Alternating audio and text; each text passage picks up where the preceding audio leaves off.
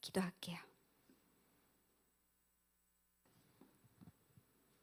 하나님 감사합니다. 주님께 드릴 수 있는 삶이어서 감사합니다.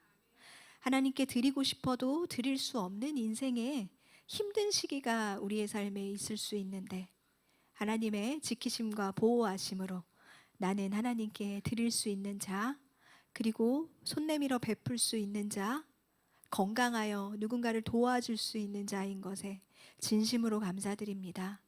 하나님, 예물이 쓰이는 곳에서 하나님의 거룩하신 이름이 존귀와 영광을 받으시기를 원합니다.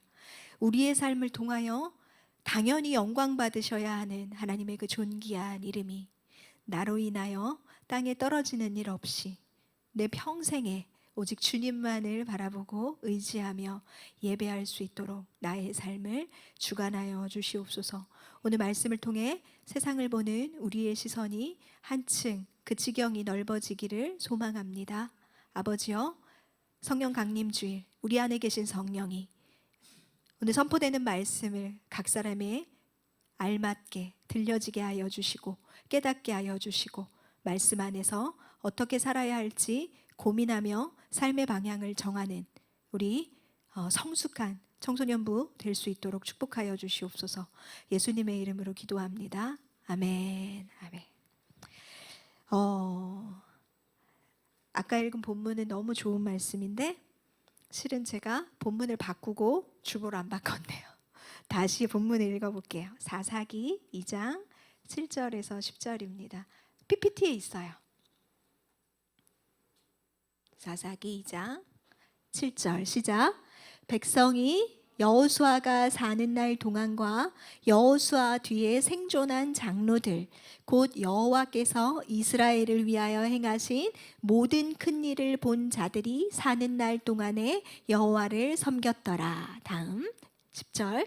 그 세대의 사람도 다 그 조상들에게로 돌아갔고 그 후에 일어난 다른 세대는 여호와를 알지 못하며 여호와께서 이스라엘을 위하여 행하신 일도 알지 못하였더라. 2장 7절 한번 띄워주세요. 이 상황이 어떤 상황인가 하면 이제 하나님이 약속하신 그 약속의 땅에 들어갔어요. 하나님은 약속하신 것을 이루셨고 그 약속의 축복을 어떻게 받을 수 있는가 하면 너희가 나를 떠나지 않으면, 너희가 내 백성으로 계속 존재하는 한 나의 약속과 나의 축복은 계속될 것이라고 하나님 말씀하시는 거예요. 그런데 무슨 일이 벌어졌죠? 굉장히 2장 7절의 뉘앙스를 보세요. 분위기, 하나님의 말씀하시는 그 느낌을 보세요. 백성이 여호수아가 사는 날 동안과 여호수아 뒤에 생존한 장로들 곧 여호와께서 이스라엘을 위하여 행하신 모든 큰 일을 본 자들이 사는 날 동안에 여호와를 섬겼더라. 많은 의미를 함축하고 있어요. 뒤에 나올 말씀을 읽지 않아도 2장 7절 하나로 상황을 이해할 수 있는 것이 뭔가 하면, 그렇다면 여호수아가 죽고 장로들이 죽고 여호와께서 이스라엘을 위하여 행하신 그 큰 일을 본 자들이 다 죽었을 때는 여호와를 섬기지 않았다는 내용이 뒤에 나오는 거예요. 2장 10절이 그 내용이에요. 읽어볼게요. 2장 10절 시작. 그 세대의 사람도 다 그 조상들에게로 돌아갔고 그 후에 일어난 다른 세대는 여호와를 알지 못하며 여호와께서 이스라엘을 위하여 행하신 일도 알지 못하였더라. 여호와께서 은혜와 기적을 베풀지 않으셔서가 아니라 이스라엘의 역사 가운데 하나님이 행하신 그 분명한 사실들이 없어서가 아니라 있음에도 불구하고 어떻게 됐다? 그것을 경험했던, 체험했던 세대가 다 죽고 나니까 그 이후의 세대는 다음 세대가 아니라 다른 세대가 되었다는 말씀이에요. 성경 전체를 통틀어 가장 비극적인 말씀이에요. 믿는 자들이 자녀를 낳았는데 믿음의 다음 세대가 되지 못했고 하나님을 믿지 않는 다른 세대가 나왔다는 거예요. 왜 이런 일이 벌어졌을까요? 젖과 꿀이 흐르는 풍요의 땅에 들여보내주셨는데 그곳에 살고 있는 거민들을 내쫓지 못하고 그 거민들과 그곳에 이미 살고 있었던 토착민들과 어울려 살면서 그들의 문화에 젖어가면서 그들이 하는 것이 좋아 보이고 이전에 광야에서 경험하지 않았던 새로운 문화, 새로운 기술들, 그런 것들을 보면서 눈이 휘둥그레진 거예요. 그래서 하나님보다 더 보기 좋은 것들의 마음을 빼앗기고 그렇게 섞여서 구분되지 않은 채로 살아가다 보니까 결국 하나님을 잊었고, 하나님이 우리나라, 우리 민족에게 행하신 그 위대한 일이 하찮아 보이는 거야. 하나님이 쪼그라드는 거예요. 내가 지금 보고 있는 거, 내가 지금 누리고 있는 거, 내가 지금 즐기고 있는 이것들이 하나님보다 더 멋있는 거예요. 그런 상황인 거예요. 마지막 시대는 여러분 시간이 되게 빨리 가요. 여러분 나이에는 못 느낄 수 있어요. 근데 제가 늙어서 그런 게 아니에요, 여러분. 마지막 시대의 시간표는 굉장히 빨라요, 여러분. 빨라요. 우리가 생각을 좀 느슨하게 하면 안 되는 시대에 여러분은 태어났어요. 우리 부모님의 세대는 좀 더 여유를 잃어버리라는 건 아닌데 뭔가 굉장히 급행열차처럼 주님이 다시 오실 마지막 타임, 그 엔드 타임이 정말 코앞에 와 있어요, 여러분. 뭔가 내게 주어진 그 하루하루를 좀 더 이렇게 촘촘하게 살아야 하는 시대에 여러분이 태어났어요. 어둠이 잠식해 오는 속도가 엄청 빠르다는 거예요, 여러분. 기술이 발달했잖아요. 정보가 너무 많이 공유되잖아요. 이 어둠의 세력과 우는 사자와 같이 우리를 집어삼키려고 하는 이 세상에 너무 많은 주례밭이에요. 세상에 주례밭. 뭐에 내가 걸리게 될지 몰라. 청소년 도박. 내가 핸드폰 하다 어느 날 흥미로, 여러분 도박 상담하세요. 저한테. 저 도박 상담합니다. 혹시 빠진 친구들 없겠지? 도와줄게. 자, 이성교제.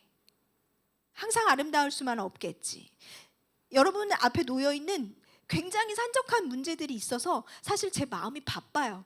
이것도 가르쳐줘야 되고 여기서도 건져줘야 되고 막 해서 제가 느끼는 이 마지막 시대의 시간이 너무 시급해요. 이 믿음의 세대, 여호와께서 이스라엘을 위해 행하신 그 일들을 봤던 세대, 경험했던 세대가 하나님을 떠나지 않았는데 무슨 잘못을 했냐면 이 후손들에게 더 집중적으로 가르치지 않았어요. 나는 그 실수, 그 죄를 반복하지 않으려는 거예요, 여러분 앞에서. 여러분이 우리의, 그리고 부모님의 다음 세대가 돼야지, 믿음의 다음 세대가 돼야지, 나와 다른 세대가 되어서는 안 되잖아요. 오늘 설교는 여러분 좀 굉장히 현실적으로 중요한 설교예요. 배우고 알아야 하는데 언제까지나 이 시간이, 이 끝이, 마침표가 있는 이 시간이 여러분을 기다려주지는 않을 거라는 거예요. 언제까지나 어리고 철부지어도 마냥 귀여운 시간이 계속되지 않는다는 거예요, 여러분. 이 세상이, 이 이스라엘 백성들이 다른 세대를 낳는 그 시대가 되었어요. 지금이 그 시대예요. 먹음직하고 보암직한 것이 가득한. 좀 가벼운 이야기로 시작해 볼게요. PPT 한번 볼게요. 이 사람들은 누구일까요? 자, 본 적 있나요, 여러분? 공통점은 외국인이라는 거. 또 뭐 있을까? 잘생겼어요? 남자잖아, 다 남자. 신기하게도.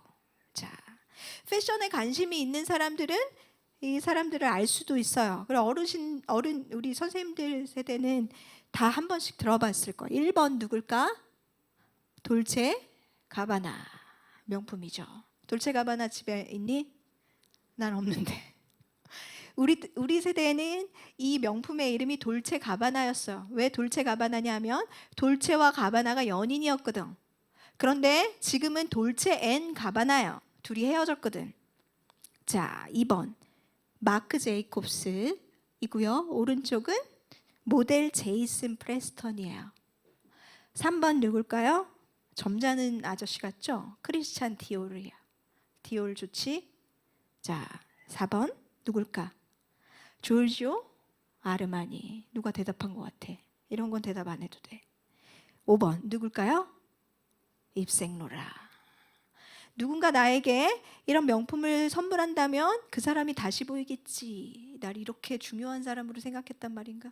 내가 이 사람에게 이렇게 의미 있는 사람인가? 이렇게 비싼 걸 나에게 주다니. 그렇게 생각할 것 같아요? 어때요? 엄마 하나씩 다 갖고 계시니? 종수야, 엄마 이거 하나 있니? 크면 선물해 드려. 이 사람들의 공통점은 남자라는 것과 아마 눈치챈 사람들도 있겠지만 모두가 동성애자예요. 세상이 아름답다고 말하고 신상이 들어오면 아파트래. 백화점에 줄을 설 정도로 그런 명품들이에요. 입으면 좀 뽀대나고 어깨 좀 피게 되고 메이커 있으면 살짝 보여주고 싶고 그런 명품들이죠.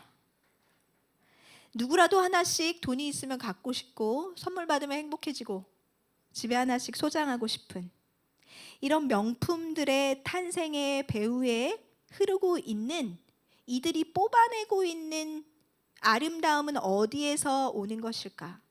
이들의 어떤 정신세계 속에서 이들 명품이라고 하는 것들이 생산되는 것일까? 한 사람의 글은 그 사람의 인격과 그 사람이 살아왔던 깊이까지 담아내죠. 그래서 우리는 누군가와 대화하면 그 사람을 파악할 수 있어요. 명품들도 마찬가지, 이 디자인이라는 것도 마찬가지죠. 여러분, 이들의 성적 지향은 그 지향이고 디자인은 디자인이라고 말할 수 있나요? 이게 분리가 될까요? 되지 않는다는 거예요. 인간은 전인이기 때문에. 단언컨대 절대로 분리되지 않고 디자인됩니다. 나라는 사람이 A의 사람 박예니가 전혀 나답지 않은 글을 써낼 수는 없어요. 그거는 마치 아이를 낳듯이 나의 DNA가 들어가 있는 거예요. 그래. 디자인도 마찬가지고 문화도 마찬가지고 영화도 마찬가지고 음악도 마찬가지예요. 여러분, 팔과 다리가 분리되지 않잖아요. 영과 혼이 분리되지 않잖아요. 육체와 분리되지 않잖아요. 다 하나 안에 다 들어있잖아요. 그런 거예요. 제가 왜 오늘 이 설교를 하기로 마음먹었냐면 포괄적 차별 금지법이 통과될 것만 같아요. 열렬히 지지하는 그러한 사람들이 이제 권력을 잡은 시대가 됐어요. 제가 이 설교를 양문교회에서 여러분 앞에서 처음이자 마지막으로 하는 설교일 수 있어요. 그래서 오늘 설교는 중요해요. 여러분, 졸면 안 돼. 자, 소도미가 무엇인가 하면 소돔 알죠? 소돔과 고모라 할 때 그 소돔이에요. 소돔은 무엇을 뜻하는가 하면 동성애를 비롯한 이상한 만남을 지칭하는 말이 소돔이에요. 유다서 1장 6절 7절 한번 읽어볼게요. 시작.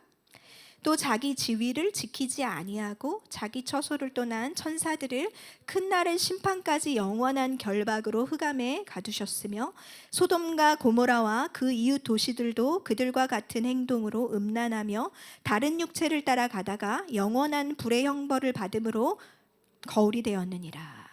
우리가 하나님과 연합하는 방법은 거룩과 순결이에요. 그러나 사탄이 하나님과의 우리의 관계를 망치는 방법은 우리의 몸을 더럽히는 방법이에요. 여러분, 타락한 천사들이 자기의 위치를 떠나서 이상한 행위를 하는데 그것을 소돔과 고모라가 따라했다. 이게 방금 읽은 말씀의 내용인 거예요. 유다서 1장 6절 7절. 동성애는 타락한 천사들의 그 죄악을 인간이 보고 따라한 모방 범죄다라고 말씀하고 있는 거예요. 그 죄악의 형벌은 무엇인가 하면 유황불, 영원한 지옥불에서 받는 고통이라고 말씀이 말씀하고 있는 거예요. 영원한 불의 형벌을 받았다라고 말씀하는 거예요.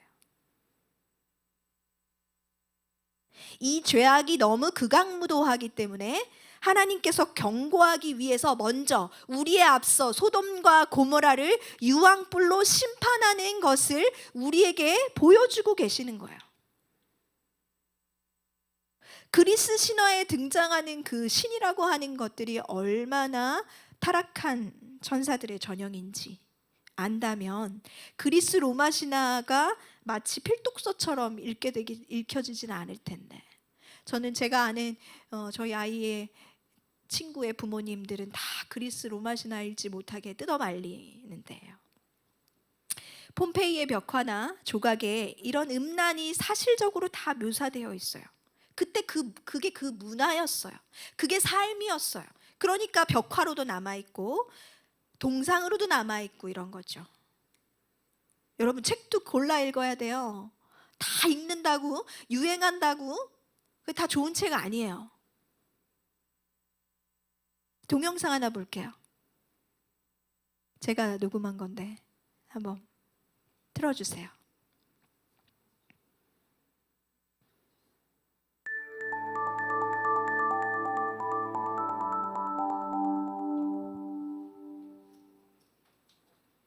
자유의 이름으로 자유를 파괴하다. 인간은 묘한 존재입니다. 물질적 풍요가 인간의 정신을 후퇴시키고 육체적인 자유가 인간의 영혼을 욕망의 노예로 만들기도 하죠. 개인 차원뿐 아니라 국가, 아니 전 세계적인 차원에서 이런 아이러니가 이루어지고 있습니다. 그것도 세상을 바꾼다는 신념을 가진 파워 엘리트 그룹과 일단의 진보적 학자들의 노력에 의해서 말이죠. 독일의 사회학자 가브리엘 쿠비가 쓴 글로벌 성혁명은 유대 기독교적 전통 가운데 번영을 구가했던 서구사회가 프랑스 68혁명 세대로부터 시작된 자유주의와 상대주의의 물결에 휩쓸리면서 어떻게 쇠락해가고 있는가를 보여줍니다. 물론 이 책의 주장에는 다소 음모론적인 측면도 있고 우리가 전적으로 동의하기 어려운 부분들도 있긴 있습니다. 하지만 글로벌 성혁명을 원했던 세력들의 면면을 다양한 측면에서 부각시키고 오늘날 전 세계적으로 불고 있는 성규범 해체 현상의 배후에 있는 사상들을 살펴봄으로써 우리에게 새로운 시각을 제공해주고 있는 점만은 분명한 것 같습니다. 가령 이 책에서는 유럽에서 이루어지는 국가에 의한 포괄적 성교육 내용을 소개하고 있습니다. 유치원부터 12학년까지 아이들을 대상으로 한 유럽의 성교육 표준안의 내용은 가히 충격적이죠. 이 성교육 표준안에서는 4에서 6세 아이들이 자위행위를 통해 성적인 즐거움을 처음 맛보도록 해야 한다거나 9에서 12세 아이들에게 스스로 성경험을 할지 말지에 대한 의식적인 결정을 내릴 권리가 있다고 가르치고 있습니다. 문제는 이러한 성교육의 결과로 아이들이 부끄러움을 모르는 사람으로 자라게 되고 사춘기의 임신과 낙태, 성병, 우울증, 자살의 증가, 학업분진 등 조기 성관계로 인한 갖가지 부작용을 겪고 있음에도 불구하고 여전히 성교육의 방향을 바꾸고 있지 않다는 점입니다. 또한 이 책은 각 나라에서 이루어지는 차별금지법의 사례들을 다루고 있습니다. 종교의 자유, 양심의 자유, 표현의 자유 등 지금까지 천부인권의 기본권으로 보호되던 권리들이 이제는 성소수자 차별금지법보다 하위 인권인 것처럼 간주되어 버린 역설적인 현실에 대해 많은 시사점을 던져주고 있습니다. 지금 서구 사회에서는 전통적인 의미의 결혼과 가족 제도가 무너지고 있습니다.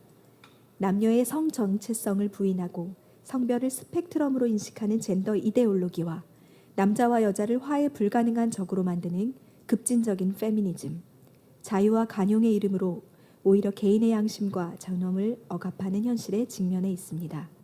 인류는 언제나 자유롭고 풍요로운 유토피아를 꿈꿔왔지만 늘 그랬듯이 그 꿈은 실패로 끝났습니다. 그런데도 인류는 성혁명을 통한 또 다른 유토피아를 꿈꾸고 있습니다. 이런 오만이 어떤 결과를 낳게 될지 가브리엘 쿠비의 책을 통해 예견해 볼 수 있습니다.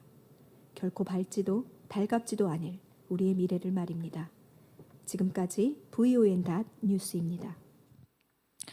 책을 선전하려는 건 아니고 이 책은 엄청 두껍고 재미있지 않아요. 책 내용은 저한테 물어보시면 되고 그 내용의 상당 부분이 중요한 부분은 이 설교에 다 녹아 있어요, 여러분. 차별금지법이 여러 가지 법 중에 하나의 법이면 이야기할 필요가 없을 텐데 마치 블랙홀 같은 법이에요. 여러분, 차별이 무엇이라고 생각하나요? 여기에 있는 사람의 숫자만큼 차별에 대한 다양한 의견들이 있을 거예요. 이런 단번에 명확하게 정의할 수 없는 애매모호한 단어를 써서 이 안에 모든 걸 다 때려 넣을 수 있는 것이에요. 예를 들면 회사를 10년 다닌 사람과 회사를 이제 입사한 사람은 당연히 다르죠, 대우가. 근데 이제 입사한 사람이 내가 차별받고 있다고 한다면, 그리고 이것으로 소송을 건다면 이 차별금지법 안에서 이 회사는 그 사업에 제동이 걸리게 되는 것이고, 만약에 승소한다면 다 똑같은 임금을 받게 될 거예요. 이게 공평한가요? 이게 차별이 없는 세상인가요? 이 차별금지법 안에 굉장히 많은 것들이 흡수될 수 있는 거예요. 단순히 성의 문제가 아니라. 그래서 꽤 오랫동안 이것을 반대하는 운동들을 전개하고 했었으나 마지막 때 시간이 빠르다는 게 이런 거예요. 이 급행 열차를 세울 수 없을 거라고 생각해 왔어요. 근데 정말 세울 수 없는 시대가 되었죠. 전 세계가 다 차별금지법이 통과됐고 그 차별금지법의 폐해도 지금 막 겪고 있어요. 그런데도 멈추지 않고 우리도 해보겠다는 거죠. 그런 시대예요, 여러분. 쉽지 않아요.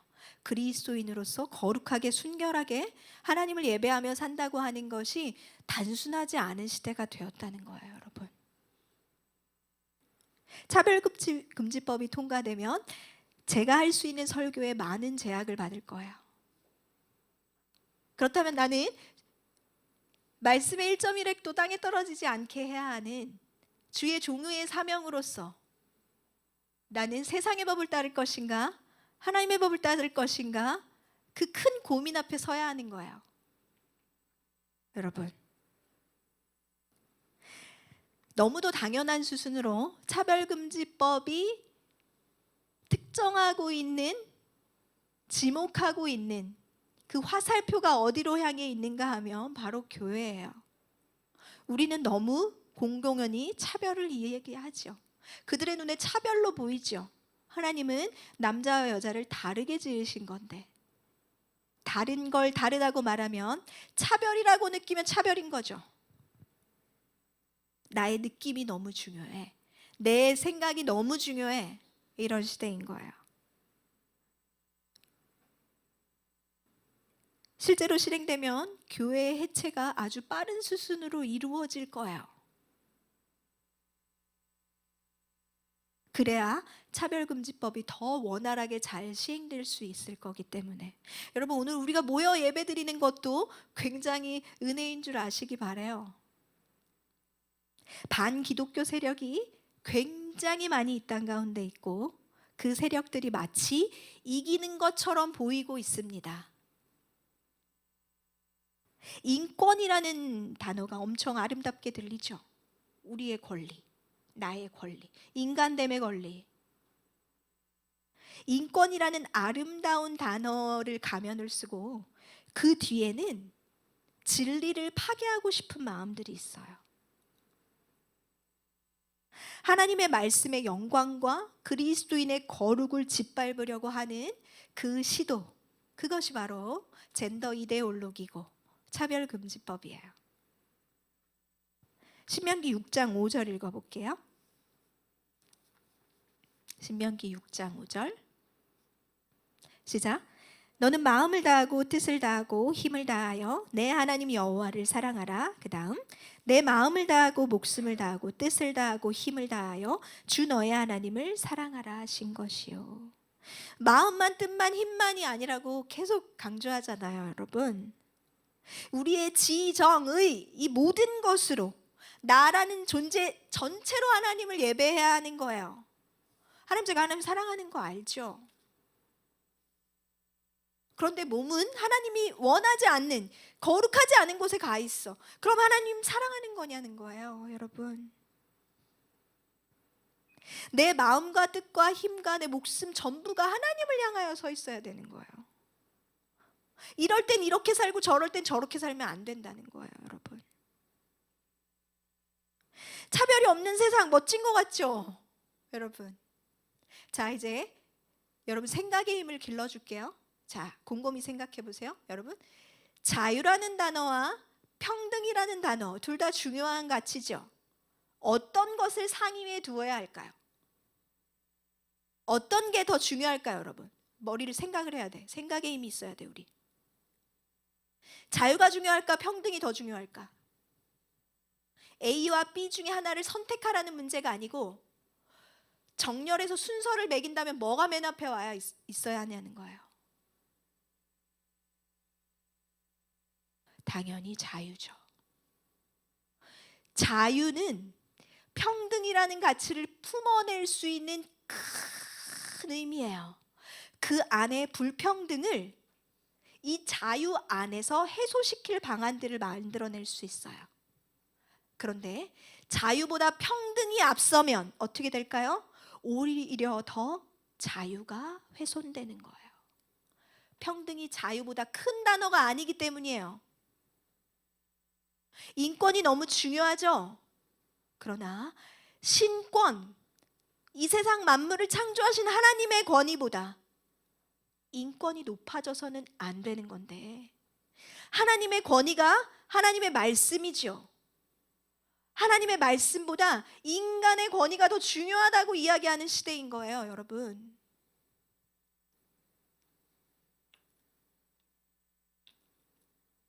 단순하게 생각해 볼게요, 이번에. 명백히 죄인 것이 이제 법으로 우리 죄가 아닌 걸로 하자, 이렇게 되면 세상이 좋아지겠어요, 나빠지겠어요?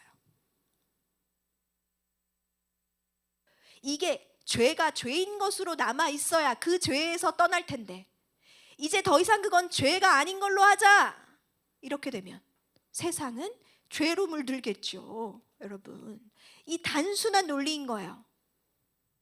심플하죠. 동성애 이런 건 어디에서 온 건가? 이야기하자면 엄청 길지만 나중에 아카데미를 열게 되면 여러분 강의를 하겠지만, 동성애와 사회주의는 뿌리가 같습니다. 그러니까 차별금지법이라는 단 하나의 법으로 사회를 전복시킬 수 있는 거예요. 체제를 바꿀 수 있는 거예요. 하나님은 우리에게 장미꽃밭을 주셔가지고 잘 가꾸고 살아, 향기도 맡고 그랬는데, 이 동성애라는 가치는 이 장미꽃밭을 모두 다 갈아엎고 튤립 꽃밭으로 만들자는 거예요. 그런 시도인 거예요. 하나님 우리를 자유케 하려고 예수 그리스도를 우리에게 보내주셨는데, 우리 스스로 하나님의 법에 위배되는 다른 법들을 만들며 스스로 이 법의 종이 되는 거예요. 하나님의 법은 우리를 자유케 하는 법이에요. 우리를 더 인간답게 하고 하나님의 자녀답게 살게 하는 법이지만, 하나님의 법에 위배되는 세상의 법은 우리를 그 법의 종으로 만드는 것이, 우리를 억압하는 것이에요. 여러분 생각해 보세요. 차별금지법, 소수의 인권을 존중한다. 지금 세상에서 점점 더 소수가 되고 있는 사람들은 누구입니까? 그리스도인이에요.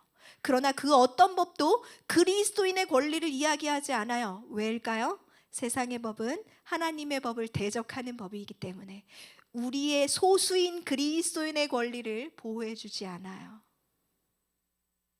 그리스도인이 마땅히 하나님의 법 안에서 누려야 할 것까지도 침해하고 싶어하고 그 권리마저 빼앗고 싶어해요. 왜냐하면 하나님 없이 자유롭게 죄를 짓고 싶으니까. 지난주에도 소개했죠. 해방되던 해에 손양훈 목사님께서 하셨던 그 설교. PPT요. 공산주의가 좋습니까? 자유주의, 민주주의가 좋습니까? 이를 아는 것이 하나님으로부터 온 성경주의입니다.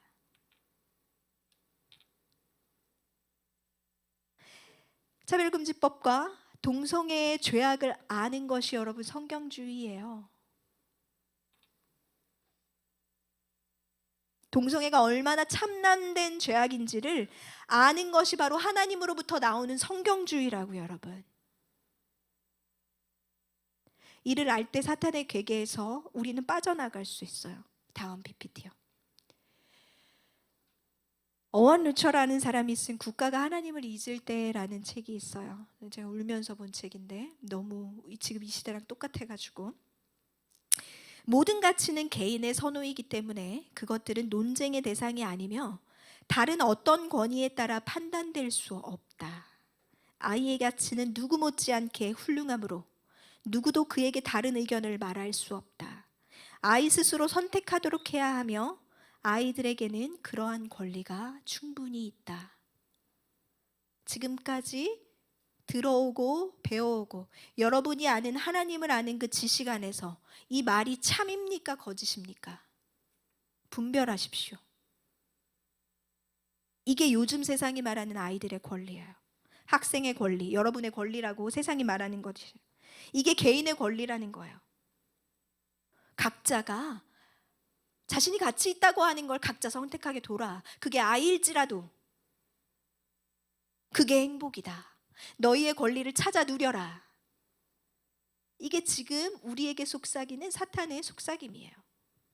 아이에게는, 청소년에게는 어떤 권리가 있어야 합니까? 사랑받을 권리가 있어야죠. 보호받을 권리가 있어야 하죠. 진리가 무엇인지 배울 수 있는 권리가 있어야 하죠. 훌륭한 가치가 무엇인지를 어른들을 통해 배울 권리.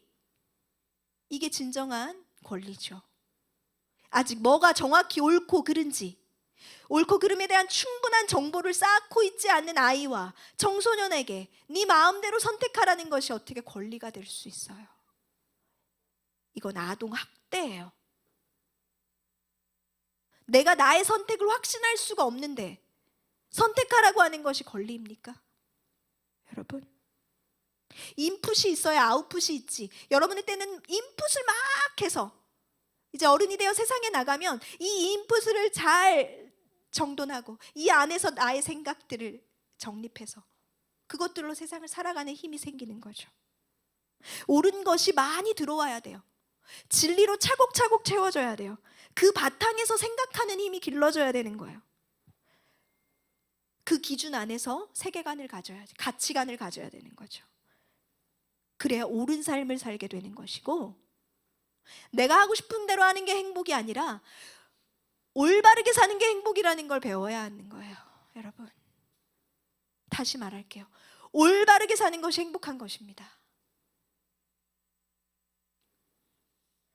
포스트 모더니즘이라고 부르는 이 시대에 어떤 거냐면, 너 생각만 옳다고 하지 마. 너도 옳고 나도 옳지. 네가 신이야? 이런 거예요. 그것만 진리라고 좀 하지 마라. 꼰대같이. 신에게 가는 길이 누가 그거 하나만 있대. 야, 힌두교나 불교나 이슬람교나 뭐 다 똑같지 뭐. 영생이나 극락이나 천국이나 부활이나 환생이나 뭐 다 똑같은 개념 아니야? 이렇게 말하고 싶은 거예요. 이게 종교다운주의예요, 여러분. 우리에게 부활과 영생은 단 한 길밖에 없죠. 예수 그리스도. 예수 그리스도 그 이름 외에는 우리에게 주신 바가 없어요. 다른 방법은 없는 것이에요. 그런데 다른 방법도 있다고 말하고 싶어 해요. 절대적인 것도 없고 근본적인 것도 없고 옳고 그름도 없고, 이게 포스트 모더니즘 사회예요. 규범적이고 올바른 삶이란 게 뭐가 있어? 각자 자기 꼴리는 대로 사는 거지. 그걸 네가 왜 판단해? 이런 거예요. 마지막 때는 더 악해지고 더 완고해지고 더 완악해지고 사랑이 식어가고 용서하지 못하고 분을 참지 못하고. 왜 이럴까요, 여러분? 사람들의 정신이 진리에 의하여 정돈되지 않는 거예요. 이 사회가 혼란스러운 것만큼 사람들의 정신세계도 혼란스러워요. 정신이 병들어가는 거예요. 그래서 그런 거예요. 모든 포스트 모더니즘 철학자들이 결론으로 내리는 것은 포스트 모더니즘의 끝은 죽음이라는 거예요. 여러분, 왜 죽음일까요? 빛이 없으니까요. 진리를 진리가 아닌 것으로 이야기하기 때문이에요. 죽음을 향해 나아가는 이 포스트 모더니즘의 이 급한 물살을 거슬러 헤엄쳐서 빛으로 나아가고 복음으로 나아가고 믿음으로 나아가고 그리스도께로 나아가려면 우리 안에 힘이 있어야겠죠. PPT 볼게요. 다음 PPT. 하나님은 아주 어린 아이도 이해할 수 있도록 하나님의 진리를 이분법으로 가르쳐 주고 계세요, 여러분. 빛과 어둠이고요. 남자 아니면 여자예요. 남자이기도 하고 여자이기도 한 존재는 하나님이 만드시지 않으셨다는 거예요, 여러분. 남자와 여자를 창조하셨어요. 그 중간에 다른 성들은 없는 거예요. 여러분, 고양이를 볼 때는 남자고 강아지를 볼 때는 여자인 것 같아. 이런 방식으로 성을 36개를 구분해요. 정상입니까?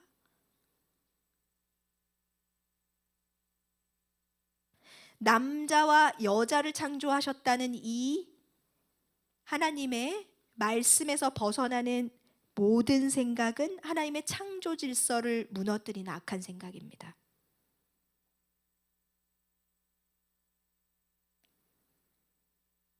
영화나 드라마나 유독 동성애자들은 되게 멋있고 키 크고 잘생기게 이렇게 묘사하더라고요.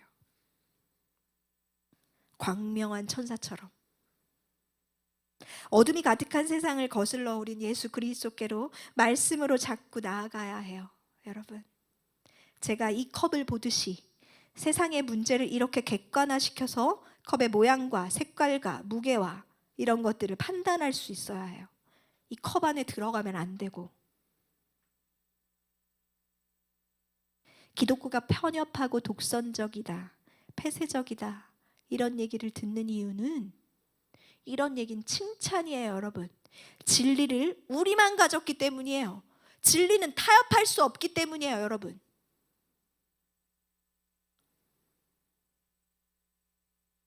네가 뭔데 나 틀렸다고 해. 자꾸 불편하게 되게 불쾌하네. 너만 잘났니? 너 사람 차별하는 거야? 난 이게 옳다고 생각해. 난 이렇게 살 거야. 여러분, 좋은 게 좋은 게 아니라는 얘기예요. 너도 맞고 나도 맞고 막 다 맞아. 막 이런 거 아니에요? 우리가 이 편협한 진리, 이 독선적인 진리를 가졌다는 사실에 자랑스러워합시다.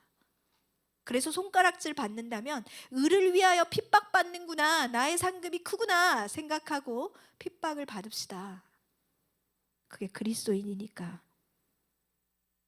그래서 세상은 기독교인만 없으면, 교회가 없으면 말씀을 막 난도질해서 이거는 못하게 막 법으로 막고 막 이러면 원하는 세상이 이루어질 거라고 믿는 거예요. 다음 PPT 볼게요. 프랑스 기독교 사상가로 아주 유명한 사람이에요. 여러분, 나중에 꼭 이 사람의 책은 한 권 이상 읽었으면 좋겠는데, 자크 엘르의 뒤틀린 기독교예요. 읽어볼까요? 시작.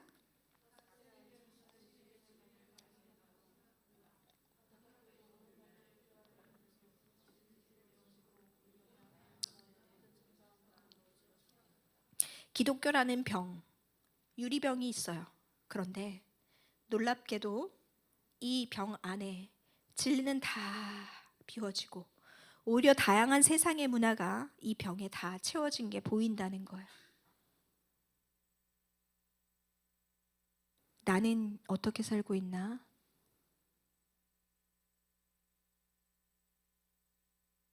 인권이란 말은 너무 좋고 아름다운 말이죠. 여러분, 듣기에 좋은 말, 좋은 것 같은 말, 뭔가 괜찮은 어감에 속지 마세요. 나 혼자 산다, 여러분 보십니까? 난 2%가 이렇게 롱런할 줄 몰랐네. 하나님 뭐라고 하시죠? 사람이 독처하는 것이 좋지 못하다 하셨어요. 나 혼자 사는 그 사람들이 멋져 보입니까? 하나님 명백히 말씀하세요. 사람이 혼자 사는 것이 좋지 못하다. 그럼 누군가 또 반문을 합니다. 독신의 은사도 있지 않나요? 소수의 사람이 독신의 은사가 있습니다. 독신의 은사가 있다면 하나님이 모르게 하지 않으세요. 그런데 나 혼자 내가 번 거 나 혼자 다 누리고 다 먹고 나 혼자 잘 살려고 독신의 은사가 있다고 착각하지 마세요. 제가 단언컨대 여기에 있는 99%는 독신의 은사 없습니다. 혼자 살고 혼밥하고 내가 본 돈은 나 치장하고 겨우 뭔가 하나 기른다는 게 개.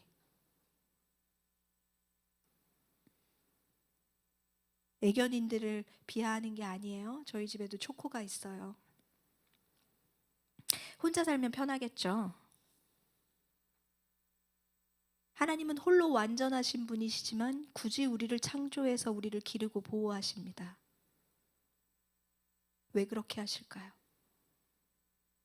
이 말썽 부리고 죄짓는 인간들을 왜 만드셔가지고 하나님 왜 스스로 사서 고생하시는 걸까요? 여러분, 거룩이 뭐라고 생각하세요?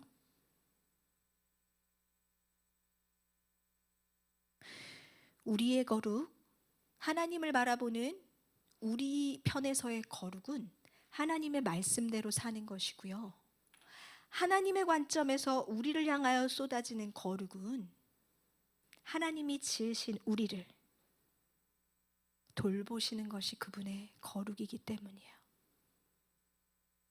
이 신비를 알아야 해요, 그리스도인은. 그래서 결혼해야 해요. 부모가 돼야 해요. 그렇지 않고 거룩에 대해 알아갈 수 없을 거예요, 여러분. 하나님이 우리를 돌보시듯 우리가 우리의 자녀를 돌볼 때에 하나님의 거룩이 무엇을 의미하는지 여러분이 알 수 있기 때문이에요. 마음에 드는 사람 없으면 혼자 사는 거지 뭐. 그렇게 쉽게 하나님의 말씀을 내팽개칠 수 있는 겁니까? 왜 여러분에게 하나님이 짝지어 주신 배필이 없겠어요? 나를 이 땅에 보내시니까 내 짝을 왜 안 보내셨겠어요? 그냥 혼자가 편하니까. 아무에게 간섭받지 않고 자유롭게 살고 싶어요. 인간의 죄성이 사탄이 속삭이는 그런 말들이죠. 여러분, 결혼하세요. 커서 부모가 되세요. 형제들은 여자를 사랑하세요. 자매들은 남자를 사랑하시고요. 이게 어려운 말입니까? 그래야 진짜 사랑인 거예요. 이게 우리를 향한 하나님의 선하신 뜻이에요.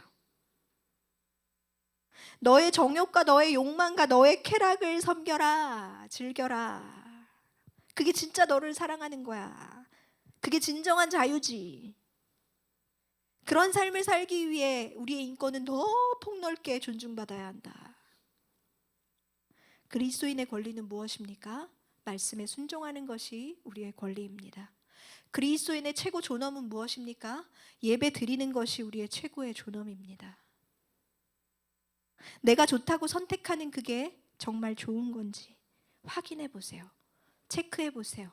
하나님이 내가 좋아서 하고 있는 그걸 하나님도 좋아하실까? 생각해 봐야 한다는 거예요. 예수님이라면 어떻게 하실까? 혹시 이 팔찌를 아직 차고 있는 사람이 있다면 내가 같이 빕스에 가고 싶네. 손 들어봐. 누구야? 우빈이? 한 명? 우빈이 한 명? 우빈이가 좋아할지 모르겠지만 가자, 우빈아. 나는 좋아.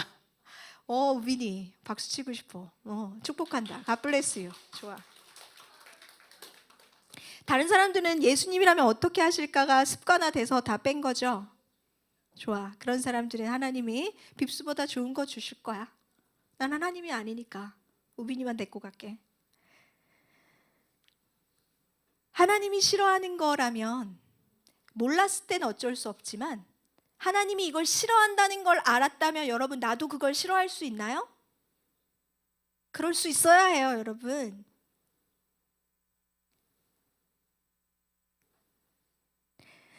하나님이 좋아하는 걸 좋아해야 해요. 이게 우리의 고민이 되어야 해요. 이 고민을 나는 여러분에게 믿음의 유산으로 물려주어서 여러분이 다른 세대가 되지 않고 믿음의 다음 세대가 되도록 만들어야 하는 것이죠. 창세기 2장 17절 읽어볼게요. 시작. 선악을 알게 하는 나무의 열매는 먹지 말라. 내가 먹는 날에는 반드시 죽으리라 하시니라. 아담과 하와가 영원한 생명의 낙원 에덴을 떠나게 된 그 일이죠. 하나님의 말씀을 대수롭지 않게 여기면, 그분의 말씀을 가볍게 여기면 이렇게 되는 거예요, 여러분. 인간이 하나님의 말씀을 거역하는 순간 하나님의 통치에서 끊어지는 거예요. 그리고 공중 권세 잡은 자 사탄의 밑으로 종이 되어 들어가는 것이에요.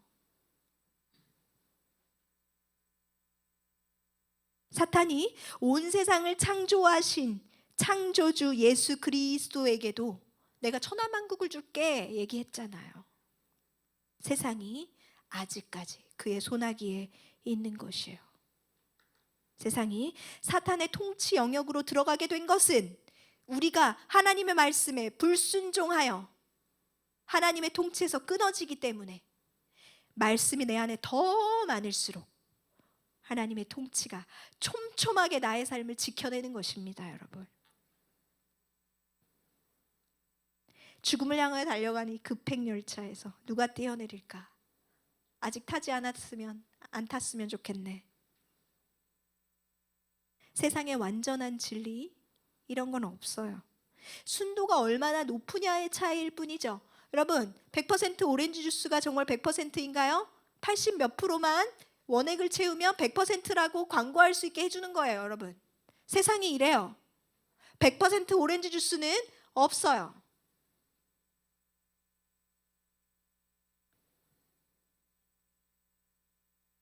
세상은 천국이 아니에요.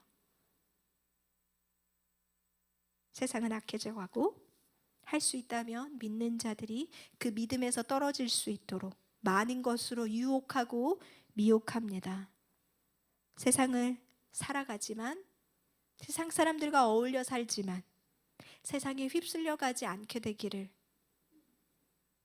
그리스도의 거룩으로 오히려 세상을 물들여가는 우리가 되기를. 우리는 그냥 살면 안 되는 사람, 잘 살아야 돼요, 여러분. 잘 사는 게 뭘까? 이스라엘을 위하여 행하신 모든 큰 일을 본 자들, 하나님이 살아계심을 알고 믿고 삶으로 경험한 세대가 되어야 다음 세대가 되는 거예요, 여러분. 엄마 아빠의 믿음에, 엄마 아빠의 신앙에 언제까지 기대어 갈 수 없고요, 여러분. 그 신앙을 독립하여서 하나님, 내가 살아계신 하나님을 경험하고 싶어요. 내가 하나님의 음성을 듣고 싶어요. 이런 열망이 있어야 해요. 이런 열망이 사그라들어가고 식어가고 있기 때문에 하나님이 말씀하시는 거예요. 좁은 문 좁은 길이라고. 열망을 다시 피우세요. 열망의 불을 지피세요. 하나님을 간절히 사모하세요. 만나달라고 눈물로 호소하세요. 내가 삶으로 경험한 세대가 될 때에만 여러분, 한 사람 한 사람이 다른 세대가 아니고 예수 그리스도의 세대인 거예요. 여러분이 그렇게 그리스도의 세대로 남아있길 바라요. 마지막 때 주님 다시 오실 그날까지 말이에요. 어떻게 하나님을 경험합니까? 하나님을 찾아야죠. 만나달라고 해야지요. 진리를 알아가야지요. 마지막으로 고린도후서 13장 8절 읽어볼게요. 시작.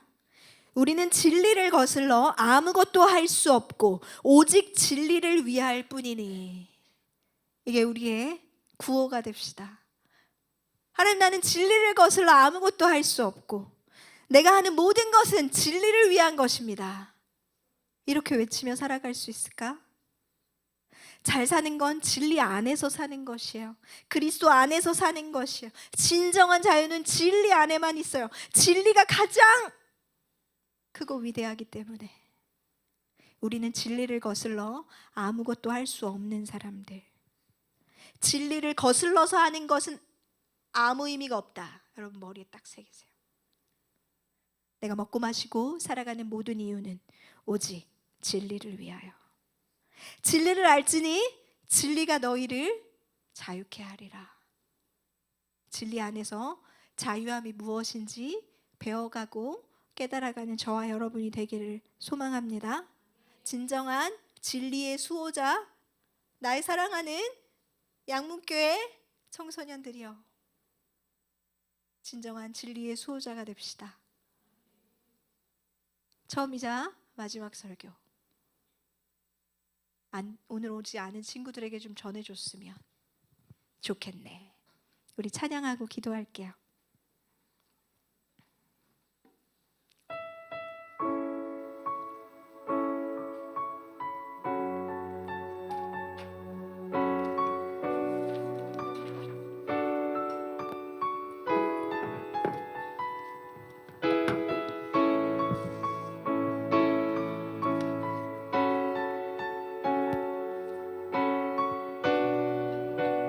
하나님의 사랑을 사모하는 자,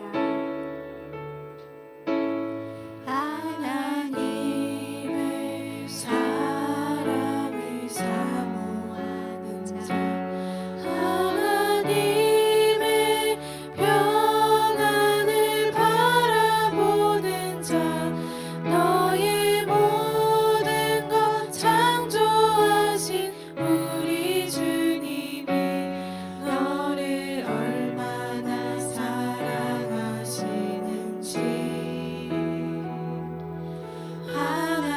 하나님께 찬양과 경배하는 자, 하나님의 선하심을 닮아가는 자, 너의 모든 것 창조하신 우리 주님이 너를 자녀 삼으셨네. 하나님 사랑의 눈으로 너를 어느 때나 바라보시고, 하나님 인정한 비로소 언제나 너에게 기울이시니, 어두움에 밝은 빛을 비춰주시고, 너의 작은 신음에도 응답하시니, 너는 어느 곳에 있든지 주를 향하고 주만 바라볼지라. 하나님 사랑의 눈으로 너를 어느 때나 바라보시고, 하나님 인정한 비로소 언제나 너에게 기울이시니, 어두움에 밝은 빛을 비춰주시고, 너의 작은 신음에도 응답하시니, 너는 어느 곳에 있든지 주를 향하고 주만 바라볼지라. 하나님 감사합니다. 수고하고 애썼으나 열매가 없는 것 같고 실패한 것 같고 진 것 같지만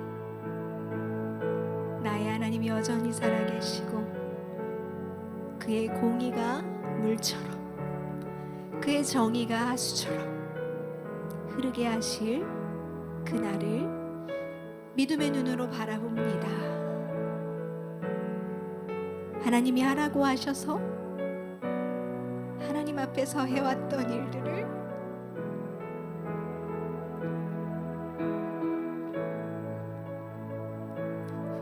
해낸 것으로 만족하며 이 사랑스러운 다음 세대에게 좋은 시절을 물려주지 못하는 것에 대한 아픔을 하나님께 고백하며 다만 바라는 것은 이 아이들이 하나님 안에서 믿음의 실력이 자라나서 세상이 약해지고